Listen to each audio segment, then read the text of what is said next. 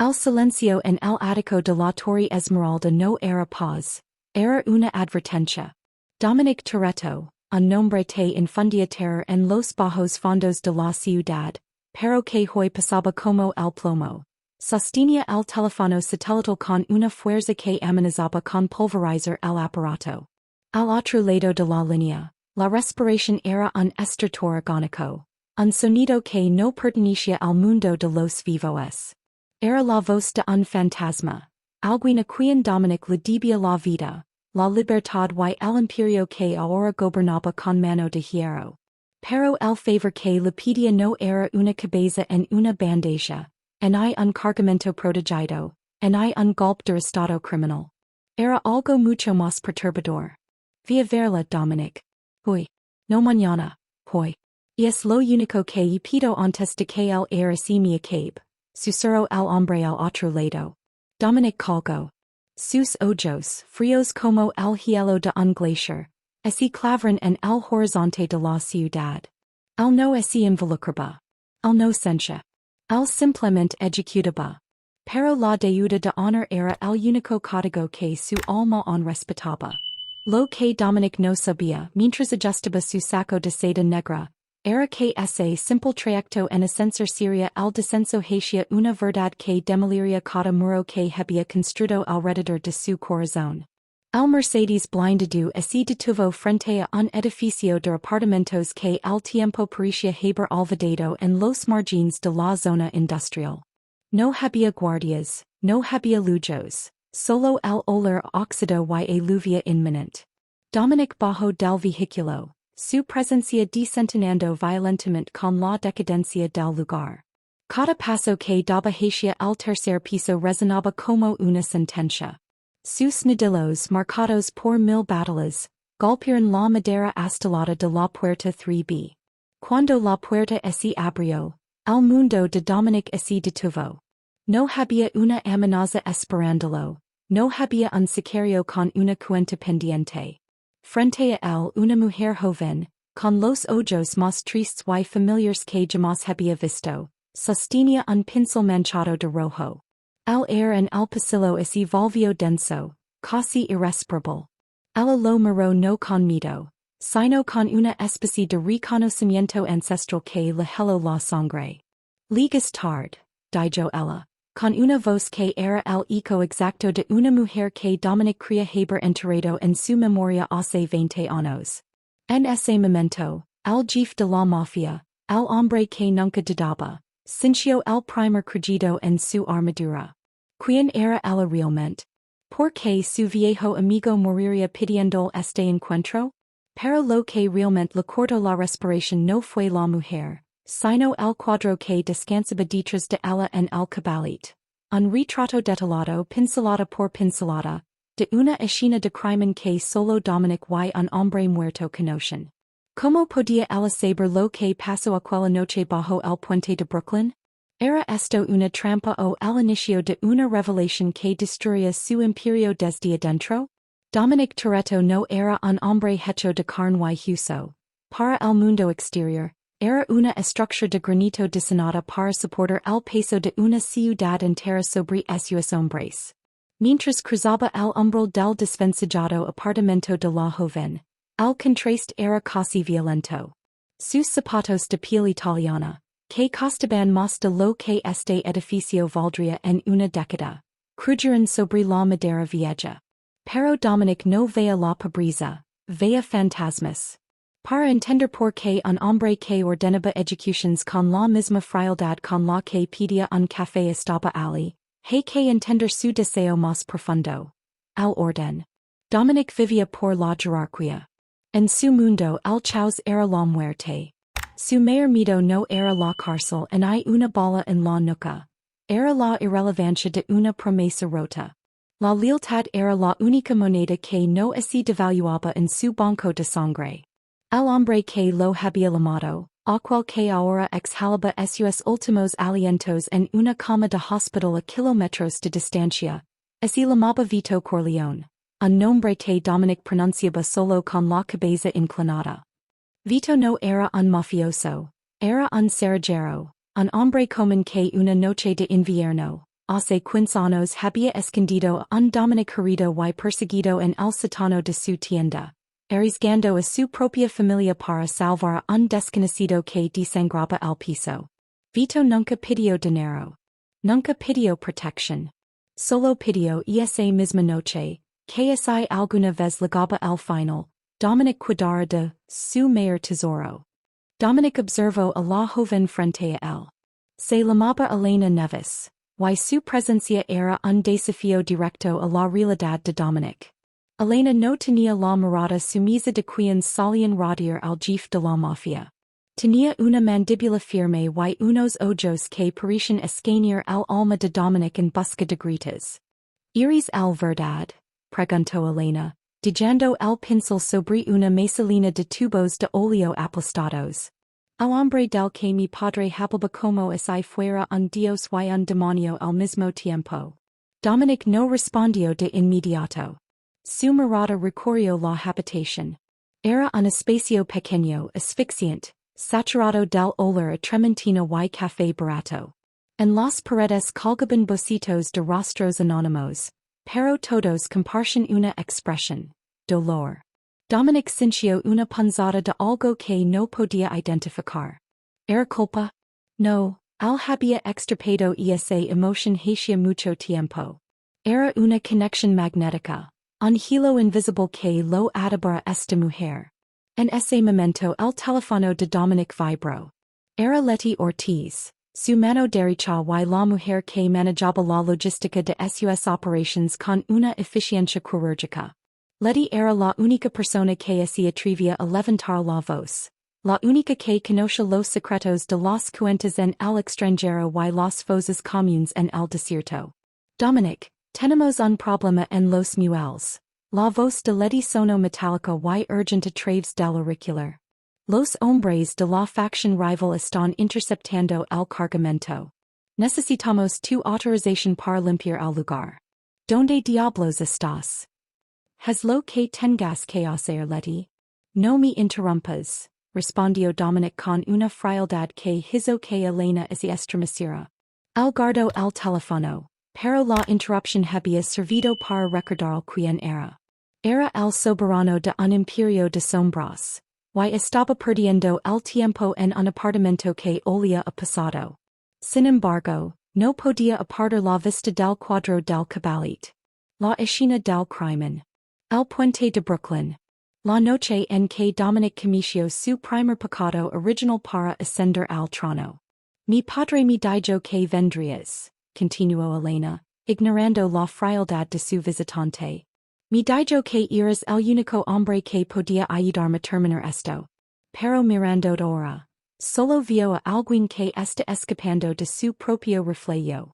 Dominic se acercó un paso, invadiendo el espacio personal de Elena. El aura de poder que emanaba era sofocante, pero ella no retrocedió. En ese instante la dinámica cambió. Dominic no estaba allí solo para cumplir un favor. Estaba allí porque Elena poseía algo que él había perdido. Una verdad pura. Tu padre dio una instrucción, Elena, dijo Dominic, su voz bajando a un baritono peligroso. ¿Qué es lo que realmente quieres de mí? No tengo tiempo para acertijos artísticos. Elena sonrió con amargura y señaló una caja de madera vieja sobre la encimera de la cocina. No es lo que yo quiero, Dominic. Es lo que tú necesitas saber. Mi padre no te llamo para que me protejas de los criminales de la calle. Te llamo porque sabe que los monstruos más grandes están dentro de tu propio círculo. Y esa caja contiene la prueba de que el hombre que consideras tu hermano, el que se sienta a tu derecha en cada cena, fue quien apretó el gatillo aquella noche en el puente. El mundo de Dominic, ese edificio de granito que él creía indestructible, comenzó a mostrar las primeras grietas profundas. Si Elena decía la verdad, toda su vida de los últimos 15 años había sido una mentira orquestada por la traición. El hombre al que se refería era Brian O'Connor, su lugarteniente más leal, el hombre que conocía cada rincón de su vida. Dominic sintió una olida de calor subiendo por su cuello. La motivación de su vida había sido la lealtad, y de repente, si encontraba en una habitación con una extraña que le decía que su base estaba podrida. Era Elena una aliada enviada por el destino o una paisa en un juego de ajedrez mucho más complejo diseñado para destruirlo? El air en el pequeño apartamento de Elena si volvió eléctrico, cargado con el ozono que precede una tormenta devastadora. Dominic Toretto extendió su mano hacia la caja de madera. Sus dedos rozaron la superficie desgastada, sintiendo la frialdad del barniz viejo. En ese microsegundo toda su existencia, desde los muelles de carga hasta los rascacielos de cristal, pareció tambalearse. Sabía que cruzar este umbral significaba que no habría vuelta atrás. No habría perdón, no habría tregua. Solo cenizas. Con un movimiento seco, Dominic levantó la tapa. Dentro no había joyas, hay dinero, hay plenos de bancos. Había un fallo de fotografías amarillentas y una cinta de cassette grabada a mano. Pero lo que hizo que la sangre de Dominic se congelara en sus venas fue un objeto metálico que descansaba en el fondo. Un encendedor de plata con las iniciales B. O. Grabadas en una tipografía elegante y cursiva. Era el encendedor de Brian O'Connor, el mismo que Brian decía haber perdido en un tiroteo en Chicago hace una década. Dominic tomó una de las fotografías. Era una toma granulada, capturada desde un ángulo imposible, probablemente por el propio Vito desde las sombras de su taller. En la imagen, se veía el puente de Brooklyn envuelto en la bruma de aquella fatídica noche. Se veía a Dominic joven y herido, desplomado contra una viga. Y a pocos metros, una figura borrosa pero inconfundible lo entregaba un sobria un hombre que Dominic reconoció como el líder de la facción que casi extermina a su familia en aquel entonces. Era Brian. Estaba negociando el precio de la cabeza de Dominic mientras este se desangraba. No puede ser, rugió Dominic, y el sonido fue el de una bestia herida. Su voz hizo vibrar los cristales de las ventanas. Brian me salvó esa noche. El me sacó de allí. El mató a los hombres que me perseguían. El mató a los hombres que sabían demasiado. Dominic, interrumpió Elena. Su voz firme a pesar del aura de violencia que ahora emanaba del hombre frente a ella. Brian no te salvó por lealtad. Te salvó porque muerto no le servías de nada. Necesitaba que construyeras el imperio para el poder manjar los hilos desde tu sombra. Mi padre lo vio todo. Lo grabó todo. Guardo ese encendedor como una sentencia de muerte que esperaba el momento justo para ser ejecutada. Dominic sintió un vacío en el estómago, un vértigo que en la peor queda le había provocado. Brian, su hermano de sangre, el hombre que se sentaba a su mesa y brindaba por la familia, era el arquitecto de su mayor tragedia. Cada victoria, cada territorio ganado, cada sacrificio hecho en nombre de la lealtad, todo había sido una farsa diseñada por el hombre en quien más confiaba. Pero el destino no le dio tiempo para procesar la traición. De repente, el silencio del pasillo fue destrozado por el estruendo de una patada que derribó la puerta del apartamento contiguo. Luego, el inconfundible sonido metálico de un cerrojo de ametralladora siendo accionado. Dominic reaccionó por puro instinto. Antes de que el primer proyectil perforara la madera de la puerta de Elena, él ya la había tomado por la cintura, lanzándola al suelo detrás de la posada encima de mármol de la cocina. Abajo, gritó justo cuando una ráfaga de balas 9 mm destrozaba el cabalit, el cuadro del puente de Brooklyn y los sueños de óleo de Elena. El caos se desató. Los atacantes no eran matones comunes de calle. Se movían con la precisión táctica de un escuadrón de élite. Dominic sacó su Kimber .45 de la funda de su espalda. Su mente, antes nublada por la revelación, se aclaró con la claridad helada del comete. Alguien sabía que él estaba aquí. Alguien quería que la verdad de esa caja muriera con ellos. ¿Quiénes son? Preguntó Elena, temblando pero manteniendo la mirada fija en Dominic. Limpiadores, respondió él, devolviendo el fuego con dos disparos precisos que silenciaron uno de los hombres en el pasillo. Y solo hay una persona que sabía que yo vendría a verte hoy después de recibir esa llamada. El pensamiento era una daga caliente. Letty. O'Brien. O ambos. El círculo de confianza así había cerrado como una soga alrededor de su cuello. Dominic agarró la caja de madera con una mano y Elena con la otra. Tenían que salir de allí. La habitación así estaba llenando de humo y el olor a pólvora era asfixiante. Mientras así movían hacia la salida de incendios, Dominic sintió una extraña determinación. Y no era solo una cuestión de honor hacia un viejo amigo muerto. Ahora era personal. Iba a proteger a esta mujer. El último vínculo con la verdad. Y luego iba a quemar el mundo que Brian O'Connor había ayudado a construir. El Mercedes blindado de Dominic rugió como una bestia herida mientras atravesaba el bloqueo de las camionetas negras. El impacto del metal contra el metal envió una lluvia de chispas y cristales rotos a través de la noche lluviosa, pero el chasis reforzado de Dominic no cedió. Con una maniobra experta, derrapó en una esquina estrecha, dejando atrás el eco de los disparos y el chirrido de los neumáticos enemigos.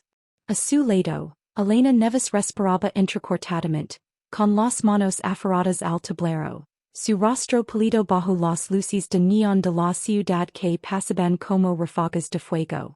Dominic no se dirigió a su mansión, en a ninguno de sus almacenes conocidos. Sabía que cada uno de esos lugares era ahora una ratonera. Brian O'Connor conoce sus protocolos, sus rutas de escape y sus escondites de emergencia. Si quería sobrevivir, tenía que desaparecer en las grietas de la ciudad que él mismo había ayudado a pavimentar con sangre. ¿A dónde vamos?, preguntó Elena, su voz apenas un susurro que luchaba por mantenerse firme. Esos hombres. No se detendrán. Lo que hay en esa calle es su sentencia de muerte. Vamos a un lugar que no existe en los mapas de Brian, respondió Dominic, con la mandíbula tan tensa que parecía talada en roca. Un lugar que perteneció a alguien que murió antes de que Brian se uniera a mi mesa. El único lugar donde el pasado todavía tiene algo de respeto. Se adentrarán en el distrito de los antiguos estiros. Un laberinto de hangars oxidados y muelles olvidados donde el olor a salater y aceite viejo lo inundaba todo. Dominic detuvo el coche frente a una estructura de ladrillo rojo que parecía a punto de derrumbarse. Al entrar, el espacio se reveló como un refugio táctico. Monitors de vigilancia antiguos, suministros médicos y un arsenal oculto tras una pared falsa. Mientras las horas pasaban, el silencio en el refugio se volvió tan pesado como el blindage del Mercedes. Dominic comenzó a revisar la caja de nuevo. Cada fotografía era un clavo más en el atad de su amistad con Brian. Pero mientras trabajaba, su mirada se desviaba constantemente hacia Elena. Ella se había sentado en un rincón, tratando de limpiar la pintura roja de sus manos con un trapo viejo. Había una vulnerabilidad en ella que Dominic no estaba acostumbrado a ver, una fragilidad que contrastaba con la fuerza que había mostrado en el apartamento. Lo siento, dijo Dominic de repente, su voz resonando en el hangar vacío. Siento que tu padre haya tenido que cargar con este secreto hasta el final. Y siento haber arrastrado a mi infierno. Elena levantó la vista. Sus ojos se encontraron con los de él, y por primera vez, la barrera del Jefe de la Mafia y la hija del cerrajero, se disolvió. Mi padre no te ayudó por obligación, Dominic. Te ayudó porque vio algo en ti que en tú mismo vías. Él decía que eras un hombre que buscaba una familia en un mundo que solo ofrece soldados. No me arrastraste. El destino lo hizo hace 15 años en ese puente. Se acercó a él y la tensión en la habitación cambió de frecuencia. Ya no era la tensión del peligro externo, sino una atracción gravitacional orgánica y peligrosa. Dominic sintió el calor que emanaba de ella, un contraste absoluto con el frío metálico de sus armas. En ese momento en medio del caos, hubo un intercambio de vulnerabilidad. Ella contó sobre su infancia, sobre el hambre y el deseo de proteger a los suyos que lo llevaron al crimen. Ella le habló de sus cuadros, de cómo pintar era la única forma que tenía de procesar el miedo que sentía por las sombras que perseguían a su padre. Pero la paz fue efímera. En una de las pantallas de vigilancia, un punto rojo comenzó a parpadear. Alguien había hackeado la red privada del refugio. Una señal de radiofrecuencia se filtró por los altavoces del hangar. Era la voz de Brian, calmada, casi fraternal, lo que la hacía aún más aterradora. Dominic, sé que estás ahí. Sé que tienes a la chica y la calle. No hagas esto más difícil, hermano. Entregame lo que Vito te dio y podemos olvidar todo esto. Podemos volver a ser lo que éramos. Dominic apretó el puño hasta que sus nudillos blanquearon. Ya no somos nada, Brian. Lo que éramos murió en el puente de Brooklyn. Solo que yo acabo de enterarme. Entonces lo has decidido, dijo Brian, y su tono se volvió gélido. Si no sales en 10 minutos borraré ese hangar del mapa. No importa quién esté contigo. En este negocio, la familia es un lujo que no puedes permitirte. Y tú siempre fuiste demasiado sentimental, Dom. La transmisión se cortó. Dominic miró a Elena. La esperanza de un momento de calma se había evaporado. Ahora el tiempo corría en su contra. Brian no solo los estaba casando. Estaba usando el amor de Dominic por la familia como un arma para destruirlo. El estruendo de una explosión controlada en la entrada sur del hangar sacudió los cimientos del edificio.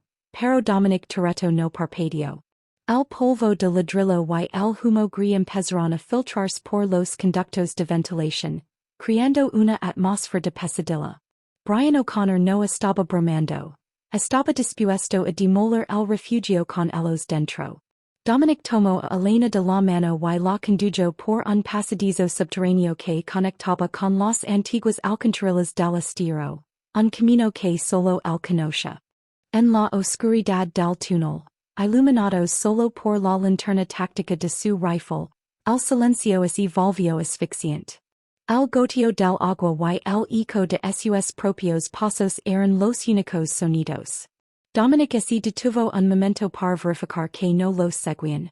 Fue entonces cuando Elena, con la voz temblorosa pero cargada de una determinación feroz, lo confrontó. No puedes seguir fingiendo que esto es solo una guerra por el poder, Dominic, dijo ella, deteniéndose en seco. Brian no quiere solo la calle. Al quiere borrar el rastro de lo que pasó esa noche porque no fue solo una entrega de dinero. Hay algo más en esa cinta de cassette que no has escuchado. Dominic sacó el pequeño reproductor portátil que había rescatado del refugio. Sus dedos marcados por la pólvora y el aceite, insertaron la cinta. El sonido del sisio magnético precedió a una voz que hizo que el corazón de Dominic saltara un latido. No era la voz de Brian. Era la voz de una mujer. Una voz que él reconocería en cualquier vida, en cualquier infierno. Dominic, si estás escuchando esto es porque Vito cumplió su promesa, decía la grabación. Era Mia Toretto, la hermana menor de Dominic, quien supuestamente había muerto en un accidente automovilístico un año después de la noche del puente. Brian no me mató, Dom. Pero me tiene prisionera. Aquella noche en el puente, él no te traicionó por dinero. Lo hizo por mí. Él me usó como moneda de cambio para obligar a nuestra propia familia a servirle. Él ha estado gobernando a través de ti, usando mi vida como garantía sin que tú lo superes. El mundo de Dominic se desmoronó por completo. La traición de Brian no era una simple cuestión de negocios. Era un secuestro emocional que había durado años. Cada vez que Dominic pensaba que estaba protegiendo a su familia, en realidad estaba alimentando el monstruo que tenía a su hermana cautiva. La revelación fue como un golpe directo al plexo solar. Se apoyó contra la pared humida del túnel, sintiendo que el aire se le escapaba. Elena se acercó a él. No hubo palabras de consuelo baratas. Ella simplemente puso su mano sobre el pecho de Dominic, donde el corazón latía con una furia descontrolada. En ese espacio confinado, rodeados de oscuridad y traición, la conexión entre ellos alcanzó un punto de no retorno. Dominic la miró y por primera vez en décadas, dejó caer su máscara de hierro. La vulnerabilidad era total. Toda mi vida ha sido una mentira, susurró él, su voz quebrada por una angustia que nunca se había permitido sentir. He sido el perro guardián del hombre que destruyó a mi sangre. No eres un perro, Dominic, respondió Elena, acercándose tanto que sus alientos se mezclaron. Eres el hombre que viene a rescatarla. Why no estás solo? Mi padre murió para que superes esto. Yo estoy aquí para que lo logres. En el punto más bajo de su existencia, Dominic encontró una chispa de fuego nuevo. Se inclinó y la besó, un beso que sabía a desesperación, a promesa y a una pasión nacida del caos. Fue un momento de comunión absoluta antes de la tormenta final. La atracción que había crecido entre ellos no era solo química. Era el reconocimiento de dos almas que habían sido víctimas de la misma sombra. Pero la revelación no terminó allí. Al final de la cinta, la voz de Mia añadió un detalle final, el golpe de gracia. Brian no está solo, Dominic. Letty, ella siempre lo supo. Ella ha estado cuidando de mí en mi celda. Ella es parte de esto. El círculo se había cerrado. No quedaba nadie en quien confiar, excepto la mujer que tenía frente a él. El rey de la ciudad, dio cuenta de que su reino era un cementerio de lealtades rotas. La apuesta había subido a su punto más alto. Ya no se trataba de sobrevivir, sino de una misión de rescate suicida contra todos los que alguna vez amó. No puede ser. Mia está viva y Letty es una traidora. Familia, estoy en shock absoluto escribiendo esto. El mundo de Dominic ha explotado en 1000 pedazos. ¿Cómo podrá enfrentar a Brian y a Letty al mismo tiempo? Necesito que exploten los comentarios con sus reactions. ¿Vieron venir la traición de Letty? Si estás del lado de la justicia y de Dominic, suscribid ahora mismo. Estamos llegando al momento más oscuro de la historia y necesitamos estar unidos. Déjame un comentario con justicia para MIA. El frío de las alcantarillas no era nada comparado con el hielo que se había instalado en la médula espinal de Dominic Toretto. Cada paso que daba por el túnel resonaba como un martillazo en un ataúd. Letty, la mujer que había dormido a su lado, la que conocía cada una de sus cicatrices, era la carcelera de su propia hermana. La traición no era una herida, era una amputación. Dominic caminaba con la mirada fija, sus sentidos agudizados por una paranoia que lo hacía sospechar hasta de las sombras que proyectaba su propia linterna. Dominic, detente, suplicó Elena tomándolo del brazo. Sus dedos estaban helados y temblaban violentamente. No puedes ir tras ellos así. Estás cegado por la furia. Es exactamente lo que Brian quiere. Quiere que corras hacia tus armas sin un plan. Un plan, rugió Dominic, girándose con una violencia contenida que hizo que Elena retrocediera un paso. Mi hermana ha estado pudriéndose en una jaula mientras yo celebraba victorias vacías con sus captors. No hay plan, Elena. Solo hay fuego. Pero el destino cruel y calculator como Brian O'Connor, no permitió que Dominic diera un paso más. Un sisio casi imperceptible lino el túnel. Gus. Antes de que Dominic pudiera reaccionar, una granada de conmoción estalló a pocos metros, inundando el espacio de una luz blanca cegadora y un pitido ensordecido que le robó el equilibrio. Dominic cayó de rodillas, con los pulmones ardiendo y la visión fracturada. A través del humo, vio siluetas moviéndose con una eficiencia fantasmal.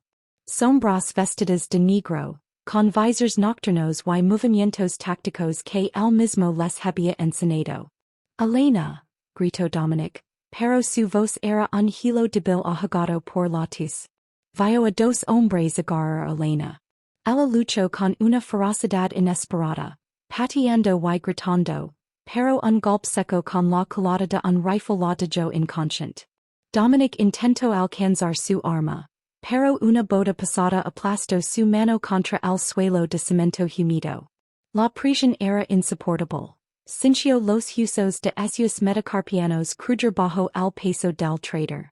Te lo dije dom. La voz de Brian O'Connor emergió de la oscuridad, suave y decepcionada. Eres demasiado sentimental. Viniste aquí por una deuda de honor con un muerto y terminaste perdiendo lo único vivo que te quedaba. Brian se agachó frente a él, retirándose la máscara táctica. Su rostro no mostraba odio, sino una lástima condescendiente que quemaba más que cualquier insulto. Detrás de él una figura se materializó desde las sombras. Letty Ortiz. Ella no miró a Dominic a los ojos. Mantenía la vista fija en el suelo, sosteniendo un rifle con una frialdad mecánica. ¿Por qué, Letty? Logró articular Dominic con la sangre goteando de su boca. ¿Por qué me hiciste esto? Para salvarte de ti mismo, Dom, respondió ella, con una voz corriente de emoción. Brian tenía razón. El imperio se estaba desmoronando por tu culpa, por tu código. Me está salvo. Tú eres el que siempre fue el problema. Brian hizo una señal y sus hombres comenzaron a arrastrar a Elena hacia la salida del túnel. Nos levamos a la chica, Dom. Ella es nuestro nuevo seguro de vida. Si intentas seguirnos si intentas contactar a alguien, ella morirá. Y esta vez no será un accidente. Dominic fue golpeado en la sien con la base de una pistola. La oscuridad lo reclamó, pero antes de perder el conocimiento por completo, escuchó el eco de los gritos de Elena desapareciendo en la distancia. Cuando despertó horas después estaba solo. El túnel estaba en silencio, impregnado del olor a gas lacrimógeno y a derrota. Dominic se arrastró hacia una de las paredes, tratando de ponerse en pie. Su mano derecha estaba destrozada, su visión era doble y su alma estaba en pedazos. No tenía coche, no tenía armas, no tenía aliados. El hombre que una vez gobernó la ciudad con un susurro ahora era un fantasma en su propio reino subterráneo. Se miró en el reflejo de un charco de agua estancada. No reconoció al hombre que le devolvía la mirada. Estaba quebrado. Estaba solo. La hora más oscura había llegado, y el peso de su pasado parecía haberlo enterrado vivo. Por un momento, Dominic cerró los ojos y deseó que la oscuridad no así fuera nunca. La idea de que Elena estuviera en manos de Brian, sufriendo por su culpa, era una tortura que no podía soportar. No tengo palabras, familia. Dominic lo ha perdido todo. Elena ha sido capturada, Brian lo ha humillado y Letty lo ha dado la espalda de la forma más cruel posible. ¿Es este el final del rey de la ciudad? Necesito que me den ánimos para Dominic en los comentarios. Escriban, en odurindas. Si creen que todavía hay una esperanza, por pequeña que sí. Y si quieres ver si Dominic logra levantarse de las cenizas, por favor, suscribe y activa las notifications. Lo que viene a continuación es el momento que definirá si esta historia termina en tragedia o en la gloria más absoluta. El goteo constante del agua en la alcantarilla marcaba el pulso de un hombre que el mundo ya daba por muerto. Dominic Toretto no se movió durante lo que parecieron horas. El dolor en su mano destrozada era un recordatorio eléctrico de su fracaso, pero también era el ancla que lo mantenía unido a la realidad. Se obligó a sentarse, apoyando la espalda contra el muro de hormigón frío. Sus ojos, antes nublados por la traición, comenzaron a enfocarse con una claridad aterradora. Brian creía que al quitar su imperio, sus coches y su equipo, lo había desarmado.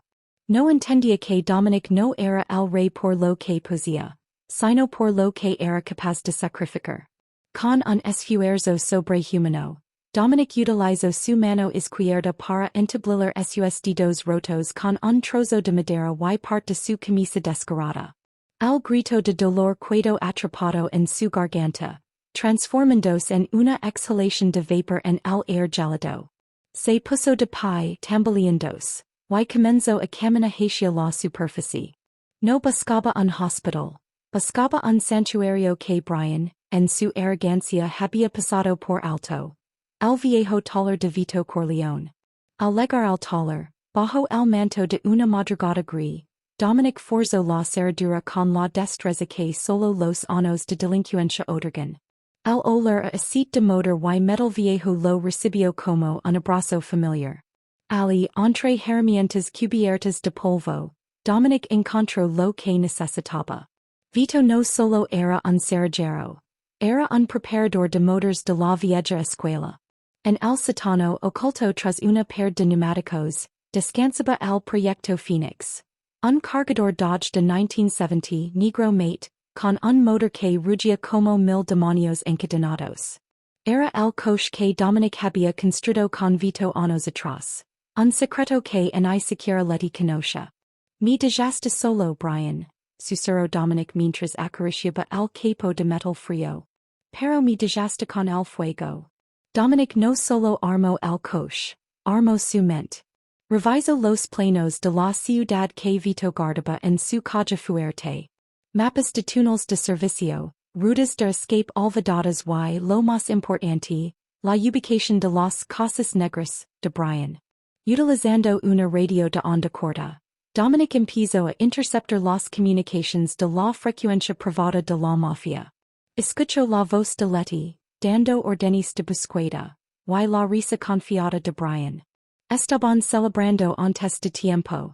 Pero fue una transmisión específica la que hizo que el corazón de Dominic recuperara su ritmo de batalla.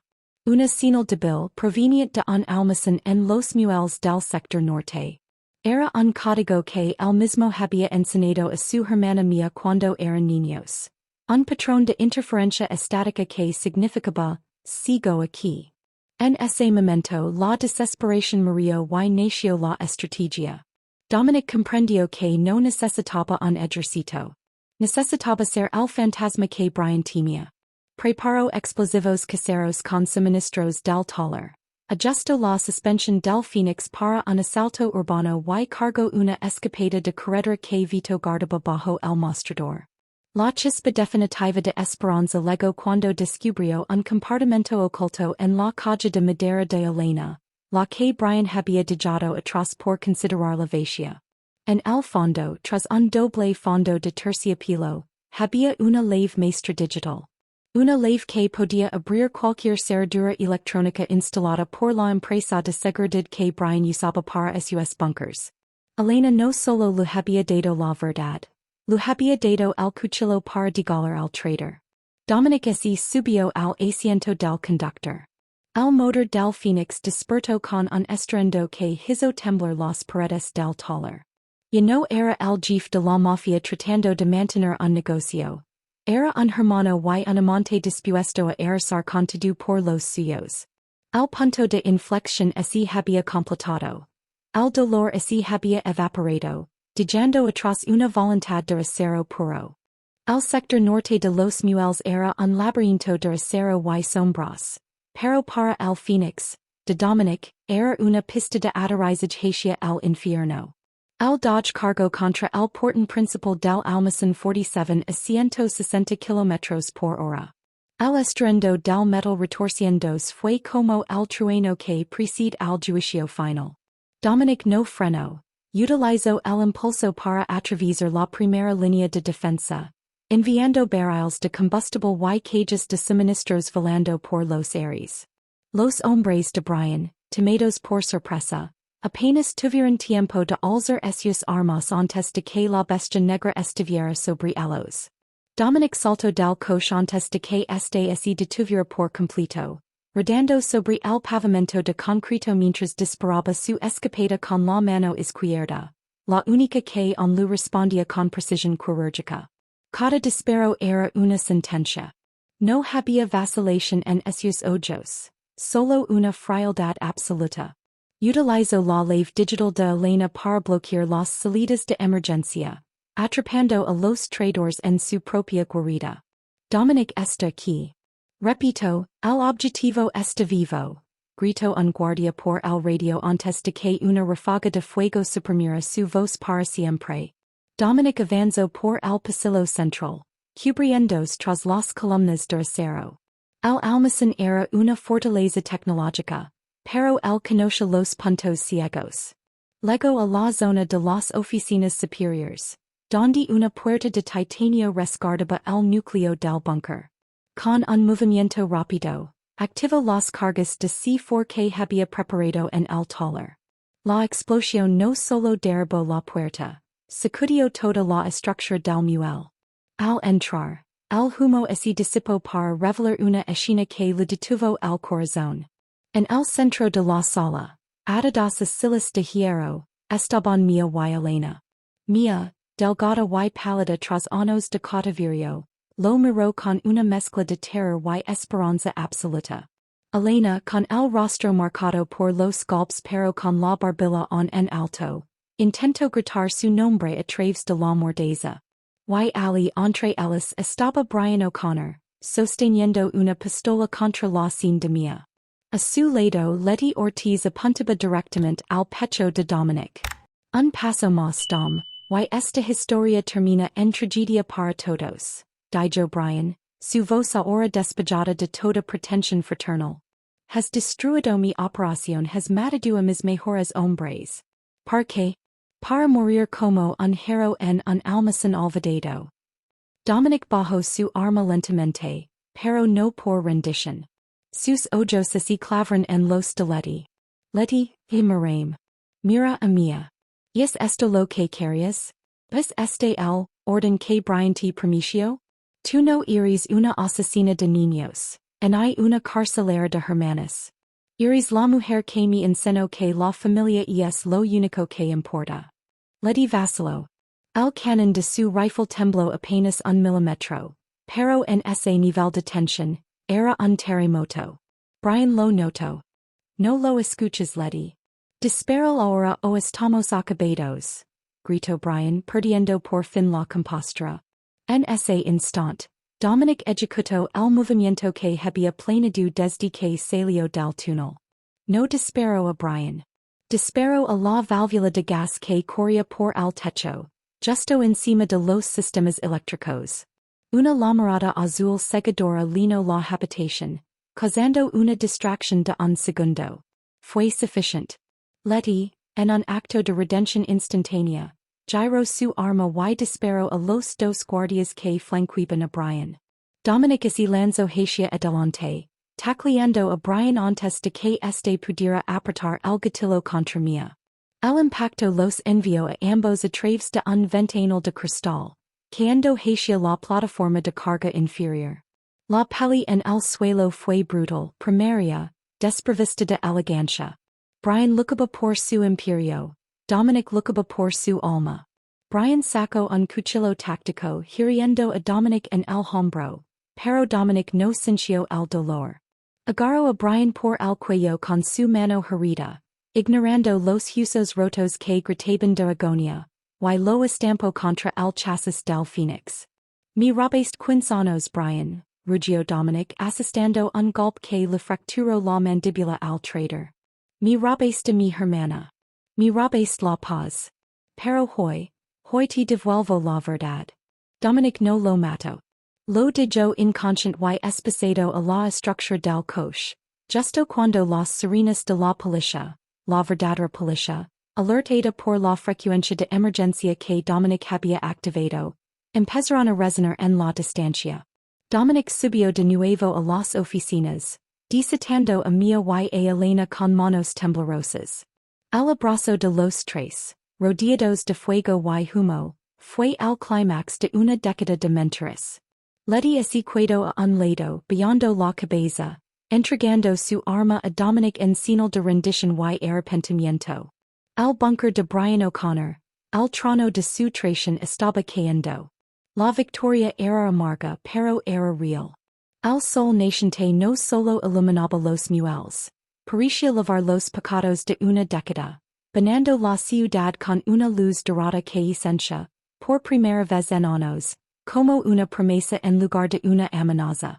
Los vehículos de emergencia comenzaban a rodear al almacén, pero para Dominic Toretto, el ruido de las sirenas ya no era un peligro, sino el sonido de un mundo viejo que se desmoronaba para dar paso a algo nuevo. Mia, envuelta en una manta térmica, apoyó la cabeza en el hombro de Dominic, sus ojos reflejando la misma paz que él comenzaba a sentir. A su lado, Elena Neves observaba la escena con una mezcla de alivio y un orgullo silencioso que solo alguien que ha visto el alma de un hombre puede sentir. Letty estaba a unos metros, con la mirada perdida en el horizonte, esperando un juicio que ella sabía que era inevitable, pero aceptando el peso de sus actos con una dignidad renovada.